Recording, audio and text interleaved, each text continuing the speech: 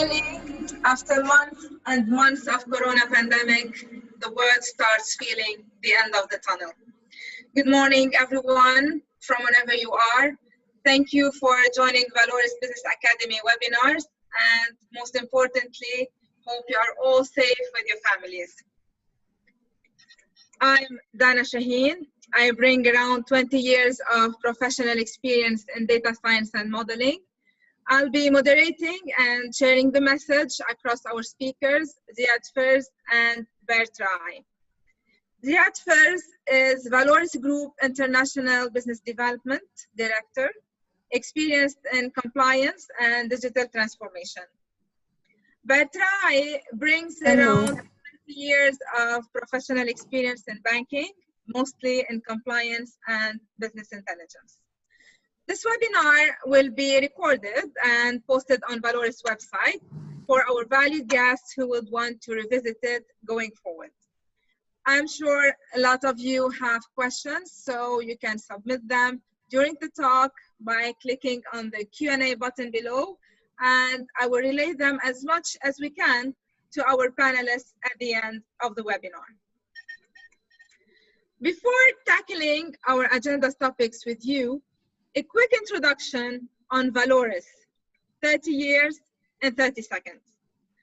Valores was founded in Lille, northern France, and now operating all around the globe.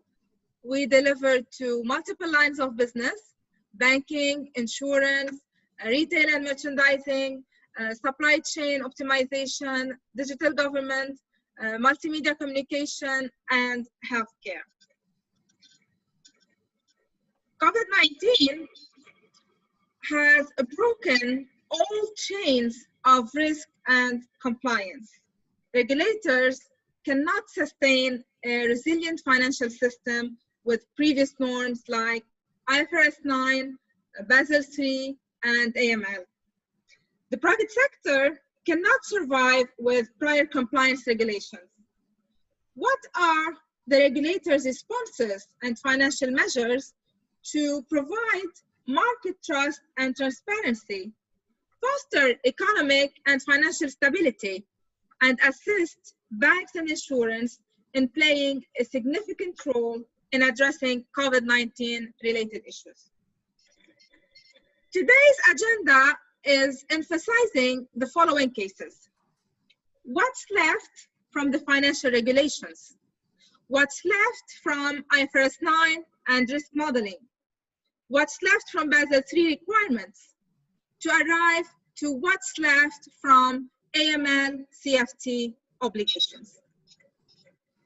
Let's start with the impact of COVID-19 on banking regulations. Banks and insurance will embrace regulatory responses to support the economic activity and preserve the financial system's soundness and transparency. The outbreak of the COVID-19 pandemic and the subsequent lockdown around the world has a clear impact on financial services. The banking sector had to adjust its focus to support lending into the real economy while maintaining a sound capital base. At the same time, banks have been facing strict deadlines in implementing new regulations and policies, such as the Basel III reforms. Ziad, would you please share the overview on these extended deadlines so we highlight the importance of efficient usage of these time deferrals? Thank you, Dana. Good morning, everyone. Well, the banking industry has been struggling with implementing new regulations and policies. Due to COVID-19, some of the implementation deadlines have been postponed, so banks could focus on maintaining financial stability. What's left from Ifrs 9? Sensitive macroeconomic indicators will have to be calibrated to balance the Ifrs 9 approach and mitigate the effects of new accounting standards. What's left from AML? Regulators' AML CFT guidance will be applied during the current crisis. What's left from Basel III? the BCBS has officially announced that the required implementation of the Basel III framework is to be delayed by 1 year to January 1st, 2023. Now, this marks a serious response by regulators to the ongoing COVID-19 pandemic that's gripping the world. The BCBS, though, does not expect banks to relax their ongoing processes in working towards satisfying the requirements of the Basel III framework. What's left from stress testing? In addition to the effects on regulatory timelines relating to the BCBS, the European Banking Authority has taken similar measures in ensuring that banks' operational continuity is prioritized by postponing the EU-wide stress test to 2021. So the EBA will still carry out an additional EU-wide transparency exercise, and that is to provide insight into banks' exposures and asset quality to market participants. It's worth noting that such policy responses fall under multiple categories anyhow. And I think Bert will be sharing more perspective on that. Yes, Ziad, and good morning, everyone. The fact is that policy responses fall into multiple categories. First, you have the fiscal policy and responses, where taxes and spending are determined in response to administration proposals. Broad tax relief, targeted tax relief, government grants, and government credit provision, either by direct loans or by guaranteeing credit provided by others. One more thing, we have monetary policy and responses determining how to influence the supply of money and financial assets in the economy. And here we are talking about changes in targeted interest rates, opening of discount window for banks, purchases of government debts, quasi-government securities, and any other securities, revival of several financial crisis era programs, in addition to direct provision of credit. Another category would be the regulatory and supervisory policy and responses, where regulators like the Federal Reserve, Office of the Controller of the Currency, and FDIC strongly influence how banks manage their balance sheets, and therefore their willingness to make loans, and that will be through reductions in effective capital requirements, encouragement of use of capital and liquidity buffers, forbearance on troubled loan, and encouragement of new lending. To you, Dana. Quite right, Bert. Now we are going to see what's left from IFRS 9. Expected loss provisioning rules need to be revisited, since sensitive macroeconomic indicators and transitional arrangements will have to be calibrated to balance the IFRS 9 or CECL approach and mitigate the unintended effects of the new accounting standards. How does the pandemic affect accounting for expected credit losses, ECL? In fact, estimating ECL is challenging in the current circumstances. Changes in economic conditions should be reflected in macroeconomic scenarios applied by entities and in their weightings. The timing and speed of the economic impact will increase CECL reserves and have a negative impact on capital ratios.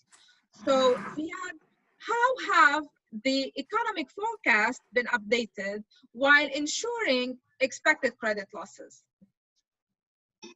To your point, Dana, CECL allowances of the largest banks might triple if a severely adverse economic scenario that's similar to the financial crisis of 2008 were fully factored into the CECL estimates. So what's left from ECL measurements as we know them? The increased uncertainty about potential future economic scenarios and their impact on credit losses may require financial institutions to explicitly consider additional economic scenarios when measuring ECLs. Existing ECL models will use, of course, historical experience to derive links between changes in economic conditions and customer behavior.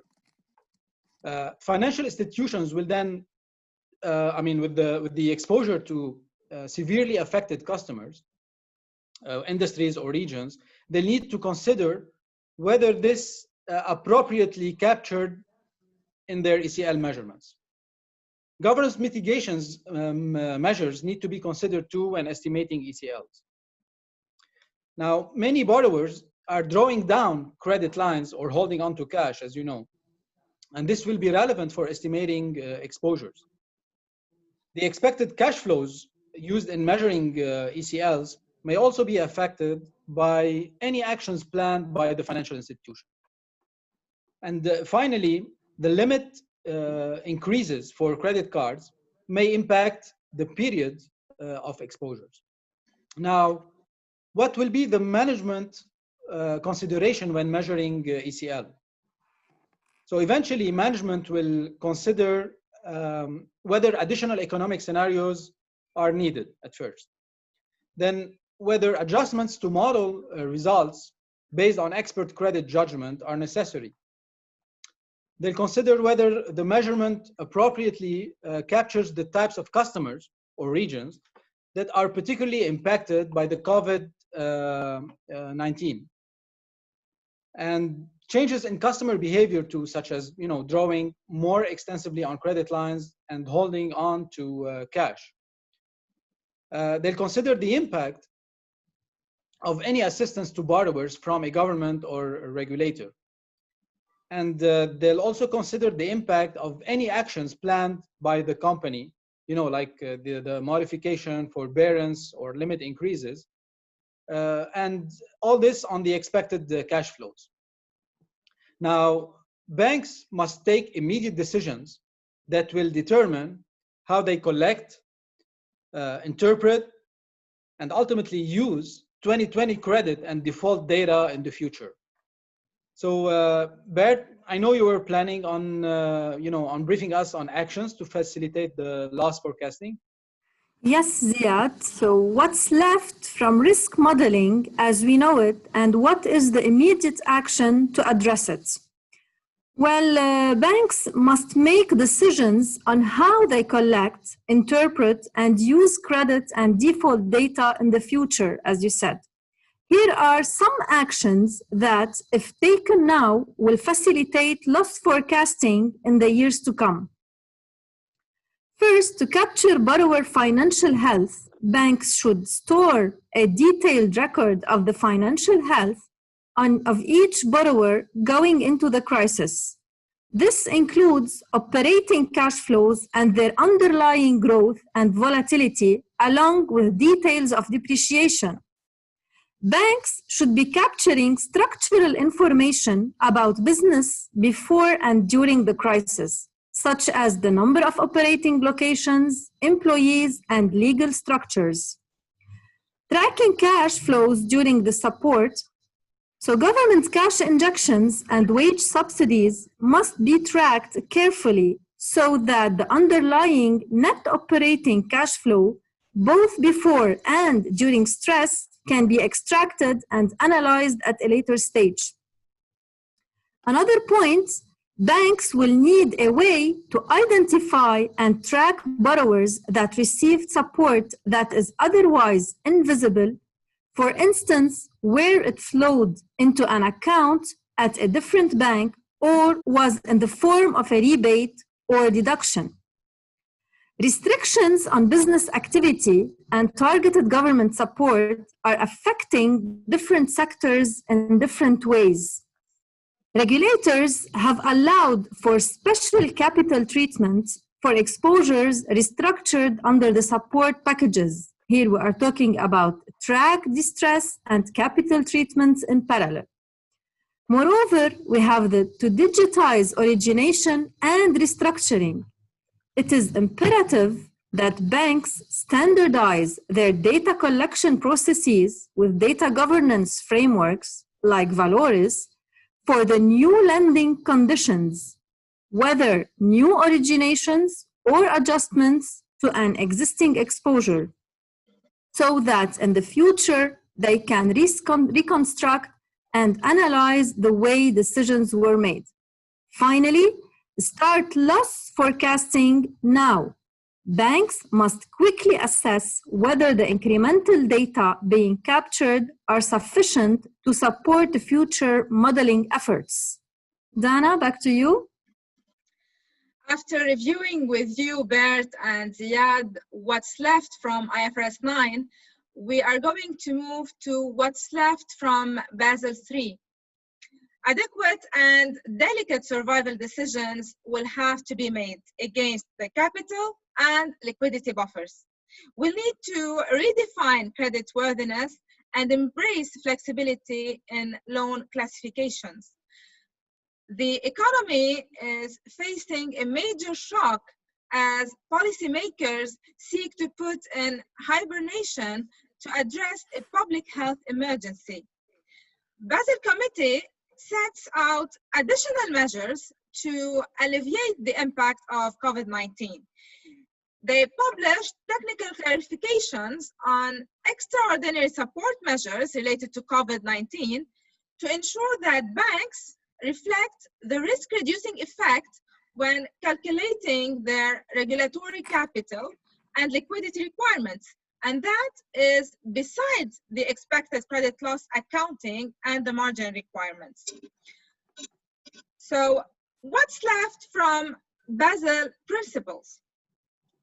There are 3 principles that guide the assessment of the Basel adjustments.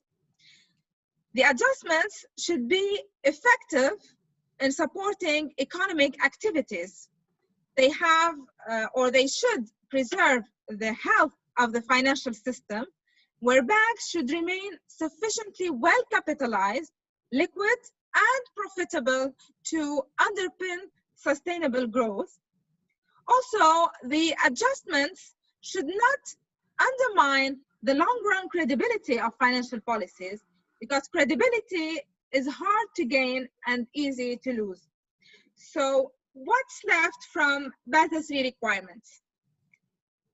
In fact, the measures involve adjustments to the capital and liquidity adequacy guidelines, regulatory and administrative relief in respect of certain provisions, and updates on the consultation and supervisory processes. So Ziad, what's left from Basel to minimize the impact of COVID-19 crisis? Well, policies that simply ease standards in bad times, but do not tighten them in good times, could generate excessive risk-taking in the long run. And that's what we call the moral hazard. So what's left from the capital requirements? Well, first, the definition of default. Authorizing financial institutions to treat deferred loans as performing loans if the institution deems that such loans, which were not in default at the time the deferral took effect, would have been performing loans. And another avenue is introducing transitional arrangements for expected credit loss provisioning that are available under the Basel framework. And the adjustment to Tier 1A capital will be dynamically measured each quarter as the increase in Stage 1 and Stage 2 allowances relative to the baseline level. What's left from the liquidity requirements? In line with the current provisions of the liquidity adequacy guidelines, no liquidity coverage ratio outflow must be taken into account for secured funding transactions. That's regardless of the type of collateral utilized in the transaction. Another spectrum is providing flexibility in the net stable funding ratio treatment. And that's for assets encumbered as part of the liquidity operations during stress periods. And finally, allow financial institutions, of course, on a case-by-case basis, to operate at different thresholds that, than the usual internal targets and the minimum requirements under the liquidity adequacy guideline. What's left from consultation and implementation dates? As you previously called out, Dana, all consultations that are underway for draft guidelines and quantitative impact studies are suspended. Basel announced that it was deferring the implementation time of Basel III reforms. The Basel impact is quite exhaustive, Dana. It is indeed, Ziad. So, Bert, what are other Basel measures we can bring up today, and what are the planned actions to monitor liquidity adequacy and strategy? Yes, Dana, we have the regulatory and administrative relief measures are around postponing compliance testing until next fall and maybe limit its scope. Implementation of data requirements is being postponed too. So the expected loss is approached as follows. Financial institutions should not continue to apply calculation methods existing prior to the COVID-19 crisis. Instead, they should review their assumptions to ensure that they are valid.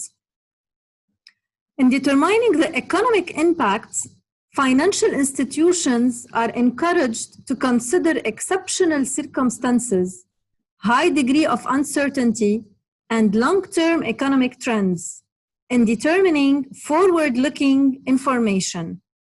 And financial institutions will have to provide sufficient and timely disclosures to understand assumptions and judgments made by the management.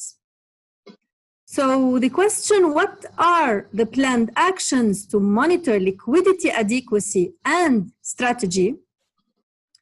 The reforecast based on observed differences such as changes in expected credit usage and customer behavior, rebalance with no regret actions to increase liquidity and cash holdings, reassess the severity of key liquidity risk drivers, and assess emerging risk for current events. What are the planned actions now of refinement of liquidity risk management? They are reassessing existing scenarios to capture the range of the potential evolutions of the crisis and emerging risks. In many circumstances, or in many instances, contingency funding plans have been activated. Frequency of stress testing and monitoring simply ramped up. Early warning indicators are being closely monitored, and contingent actions are being well reviewed. So, Ziad, would you mind articulating the actions around resiliency? With pleasure, Bert. The mitigation actions are around improving resiliency. Reviews of existing set of contingency actions, and that's for confirmation that they are feasible, effective, and can be operationalized in the current environment. Another avenue is to consider expanding the set of contingency actions. Then review the CFP or the contingency funding plan triggers and timing, of course, for taking more severe actions with an appetite for temporary drop in the liquidity coverage ratio. And finally, the communication on liquidity position to external stakeholders like regulators and the rating agencies. That'll be it, Dana. So true, therefore, what's left from the AML? Regulators, AML, CFT guidance will be applied during the current crisis. We'll need to embrace technology to manage emerging issues presented by COVID-19. As per the FATF, money laundering and terrorist financing threats are emerging as follows. We have increased misuse of online financial services and virtual assets, exploiting economic stimulus measures and insolvency schemes to conceal and launder illicit proceeds. We are moving money out of the banking system due to financial instability. We are misusing and misappropriating the domestic and international financial aid and emergency funding, bypassing customer due diligence measures by exploiting remote working stations, and of course, by moving into new cash intensive and high liquidity lines of business. So Ziad, what is the current COVID-19 impact on AML CFT regimes? The COVID-19 pandemic is impacting government and private sector's abilities to implement AML CFT obligations, and that's a fact. Yes. So what's left from the AML CFT obligations and what areas are affected? On the supervision work stream, AML CFT on-site inspections have been postponed or substituted. Financial institutions, though, continue to implement their AML CFT requirements and provide requested information to their supervisors. Now, some supervisory authorities have been, have provided a risk-based flexibility on the filing of annual reports, and they've delayed issuing of new licenses. As far as sanctions and other remedial actions are concerned, a number of countries have introduced suspensions on decisions. Now, on the regulation and policy reform, many policy departments have activated business continuity plans, as you know. Yes. And that has resulted in a significant pause in new AML CFT policy and legislative initiatives. This is further compounded by the suspension of meetings of some legislative decision-making bodies. On the suspicious transaction reports, or the STR spectrum, banks and other reporting entities still continue to file STRs. Some members are providing reporting entities extension to submit STRs, but and that is, of course, at the exception of the cases with high-risk areas. And finally, jurisdictions that don't have adequate solutions, like Valores Regulatory AML lifecycle, may face delays in receiving and processing reports. On the FIU analysis avenue, while FIUs and FSRB members are working remotely to the extent that information technology systems and security allow.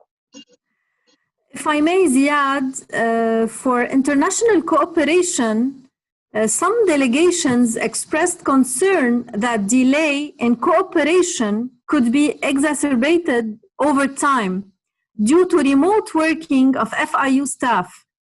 And formal cooperation is also impacted due to the limitation of court operations.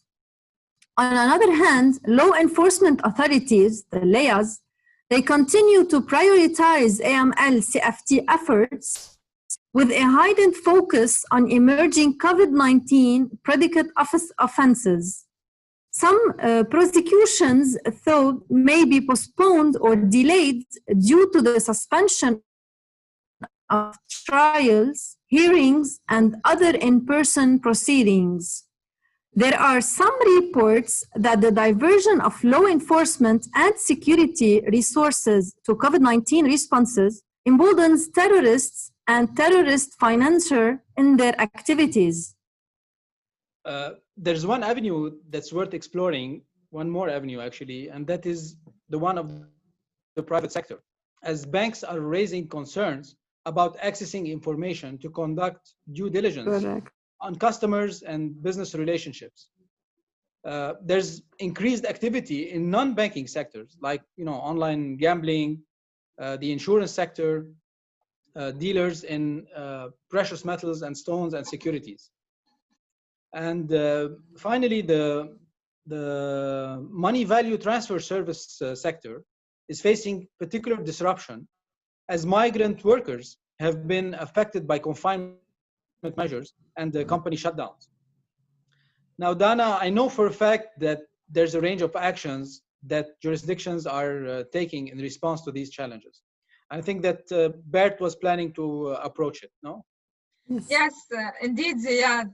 So, Bert, there's in fact a range of actions that jurisdictions are taking in response to these challenges, from dealing with new risks and reduced operational capacity to facilitating charitable activity, economic and fiscal stimulus, and financial relief packages. What do you think, or how this will bring us to speed with the potential AML CFT responses for consideration? There is indeed quite a wide range of actions that the jurisdictions are taking. Here we will show practical examples of responses taken by authorities. So what's left from previous jurisdictions' actions? Coordinate domestically to assess the impact of COVID-19 on AML CFT risks and systems, to develop responses and engage with the private sector. Response teams are working to assess private and public sector resilience on a continuing basis. Supervisors are working together to identify, monitor, and communicate the changing risk landscape and provide guidance to the private sector. In addition, they are also ensuring the appropriate prioritization of AML CFT measures. Another point is strengthen communication with the private sector by proactively engaging on the application of their AML CFT measures and working constructively with them to minimize potential impact. So supervisors are providing regulated entities with a contact point and requiring them to keep relevant records and develop a plan to clear the backlog as the situation improves.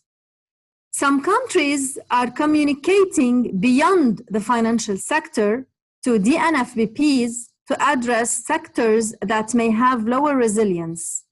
And other countries are proactively engaging with nonprofit organizations. Another example is encouraging full use of risk-based approach to CDD and address practical issues. And this is through continuing to provide essential financial service while also mitigating money laundering and terrorism fighting risks, and responsibly using the digital identity and other innovative solutions for customer onboarding. Support electronic and digital payment options where supervisors are encouraging the full use of electronic and digital channels to continue payment services while maintaining the social distancing. Undertake pragmatic risk-based AML CFT supervision where supervisors continue to monitor the business continuity plans, including implementation of AML CFT measures with less focus on lower risk areas. Moreover, understand the new risks and adapt operational responses where some countries have introduced special task forces to deal with COVID-19 related crime, particularly in relation to frauds. If I may, Bert, yes. When it comes to AML CFT responses, it's also worth underscoring the need to clarify AML CFT requirements in the context of economic relief measures. And here, it's worth noting that some supervisors have approved simplified due diligence measures for transactions under government assistance programs, where they are assessed to present, lower risk. Another interesting avenue is to continue cooperating across borders. And here, FIUs should keep the Egmont Group Secretariat appraised of any developments. And finally, it's valuable to monitor the impact of COVID-19 on the private sector, and this is key. And here, FIUs and supervisors should continue to monitor the impact on reporting entities as the COVID-19 situation continues. That's a wrap for me, Dana. Well, Bert and Ziad, at the end, what's left from the financial regulations? Banks and insurance will embrace regulatory responses to support the economic activity and preserve the financial system's soundness and transparency. Let's enumerate, Bert, the list of regulatory policies that have been heavily impacted. Yes, Dana, sure. So what's left from IFRS 9? The expected loss provisioning rules need to be revisited. Sensitive macroeconomic indicators and transitional arrangements will have to be calibrated to balance the IFRS 9 or CECL approach and mitigate the unintended effects of the new accounting standards. What's left from Basel III? Adequate and delicate survival decisions will have to be made against the capital and liquidity buffers. We'll need to redefine creditworthiness and embrace flexibility in loan classifications. On the AML side, so what's left is regulators' AML CFT guidance will be applied during the current crisis. We'll need to embrace technology to manage emerging issues presented by COVID-19. If you allow me, Bert, Yes. COVID-19 pandemic raised concerns of a deep recession. This unexpected outbreak forced regulators, banks, and insurance to make rapid changes and refocus the economic and financial stability. We're calling it the new normal.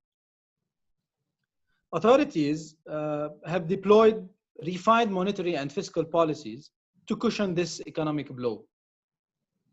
Remember, regulations come with more pressure, and those latest responses that we're talking about make it even more difficult to become compliant. So it's worth noting that standard-setting bodies have decided to postpone some requirement implementation deadlines. Let's not repeat the past procrastination behavior of IFRS 9 implementation. It was, quite a hassle, as you remember. Yes. Banks and insurance have the choice now to figure out how to use this extra time efficiently. They have the choice to figure out how to assess their position as a responsible business and how to adjust the new data requirements based off solid data governance frameworks. Adding on this, Ziad, policymakers are describing the pandemic challenges as a war that must be fought and won. We need bold and extraordinary approaches, measures, and instruments. Regulators cannot win the war if policy actions compromise the vital role of financial institutions. Sure. We should not put at risk the stability and the transparency of the financial system. We need to have the right solutions in place to embrace this change, and that sets the limit to how bold and extraordinary the regulators' necessary steps can be. This is the new normal, as you already said, Ziad. We really have, guys, an exhaustive list of approaches and measures. Thank you, Ziad and Bert, for sharing them with us today. And as promised, we will now move to the questions. Time check, okay, I think we can select a couple of them. I can see questions around support measures related to COVID-19, about accounting and insurance. Okay, let's start with the first question. What is the capital treatment of loans subject to payment moratoriums initiated in response to the COVID-19 outbreak? Ziad, I think it falls under your angle. Can you please elaborate on this topic? Well, that's an interesting question, Dana. It directly falls at the heart of our conversation today. And it's around the capital treatment of loans that are subject to payment moratoriums, correct? Correct. Well, the Basel framework, applies higher capital requirements to loans that are categorized as past due or defaulted, as we previously mentioned. So one criterion that is used in these categorizations is whether payments on the loans are past due by more than 90 days. So the committee has agreed that when jurisdictions apply this criterion, payment moratorium periods relating to the COVID-19 outbreak can be excluded by banks from the counting of days past due. And there's another criterion, and that's used is whether a bank consider that the borrower is unlikely to pay its credit obligations. And the committee has agreed that this assessment should be based on whether the borrower is unlikely to be able to repay the rescheduled payments. And that is for borrowers that are not making payments as permitted by a payment moratorium. And the assessment should be based on the likelihood of payment of amounts due after the moratorium period ends. That's a wrap for me, Dana. Thank you, Ziad. I will select another question. How should the committee's guidance on non-performing assets be applied in relation to loans subject to payment moratoriums initiated in response to the COVID-19 outbreak? I think, Bert, this question goes to you. Thank you, Dana. You're talking about, or the question is about the non-performing assets in relation to loans. True. So similar to what Ziad said earlier and to the capital framework, the committee guidance on the definition of non-performing assets uses the 90 days past due and the unlikely to pay criteria. So the committee again has agreed that payment moratorium periods, either public or granted by banks on a voluntary basis, these payment periods relating to the COVID-19 outbreak can be excluded by banks from the number of days past due. And the committee also agreed that the assessment of the unlikeliness to pay should be based on whether the borrower is unlikely to be able to repay the rescheduled payments. This is short answer. I think we may elaborate more later. So hope the team got the idea. We hope so too, Bert. Time, okay. We have really a good list of questions. This is why I'm going to extend to have 2 more additional ones. Okay. How should banks consider the impact of the COVID-19 pandemic in the measurement of ECL under IFRS 9? Ziad, this question is for you. Well, Dana, IFRS 9 has always been a hot and insightful topic. So the question is around how should banks consider the COVID-19 impact on the ECL measurements, right? Right. Well, there are high levels of uncertainty, currently surrounding the forward-looking information that's relevant to estimating expected credit losses, and of course to apply the IFRS 9 assessment of what we call the significant increase in credit risk, the SICR. IFRS 9, is a principles-based standard and requires the use of, experienced judgment. At present, information is still limited, as you know better. So, regarding the significant increase in credit risk assessment, relief measures to respond to the adverse economic impact of COVID-19, such as public guarantees or payment moratoriums, granted either by public authorities or by banks themselves on a voluntary basis, should not automatically result in exposures moving from what we call 12-month ECL to a lifetime ECL measurement. So where banks are able to develop forecasts based on reasonable and supportable information, the committee expects that ECL estimates to reflect the mitigating effect of the significant economic support and payment relief measures that are put in place by public authorities and the banking sector. So while estimating ECL, banks should not apply the standard just mechanically. Instead, they should use the flexibility inherent in IFRS 9, for example, to give due weight to long-term economic trends. That'll be it for me, Dana. Thank you, Ziad. I will take one more question. Okay, what is the impact of COVID-19 on the insurance business within the financial regulations? I think this is related to you, Bert. Insurance business, it's a wide subject, so I will make it short because it we can have another yes, we are running out of time. Yes, okay. So in general, policyholder behavior may change because of COVID-19. So it may affect surrender probabilities and insurance fraud.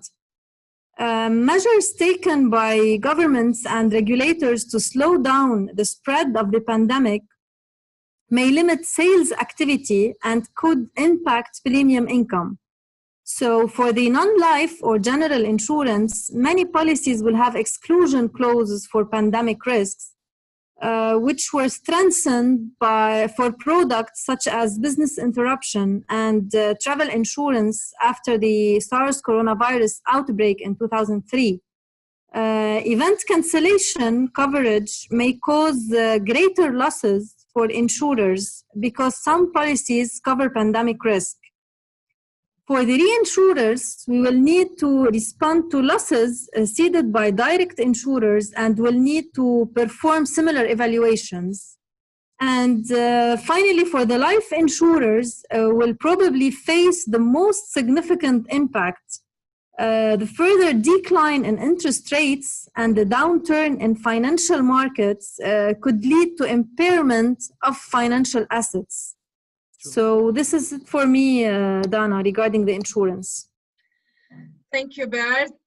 Thank you, Ziad. Well, we arrived to the end of our webinar. We hope that we were able to answer your inquiries. As for the rest of the questions not answered today, we will be answering them through your corresponding emails. Thank you again for joining us today, and thanks to Bert and Ziad. Stay tuned for our upcoming webinars with Valorous Business Academy, and looking forward to see you again, and stay safe.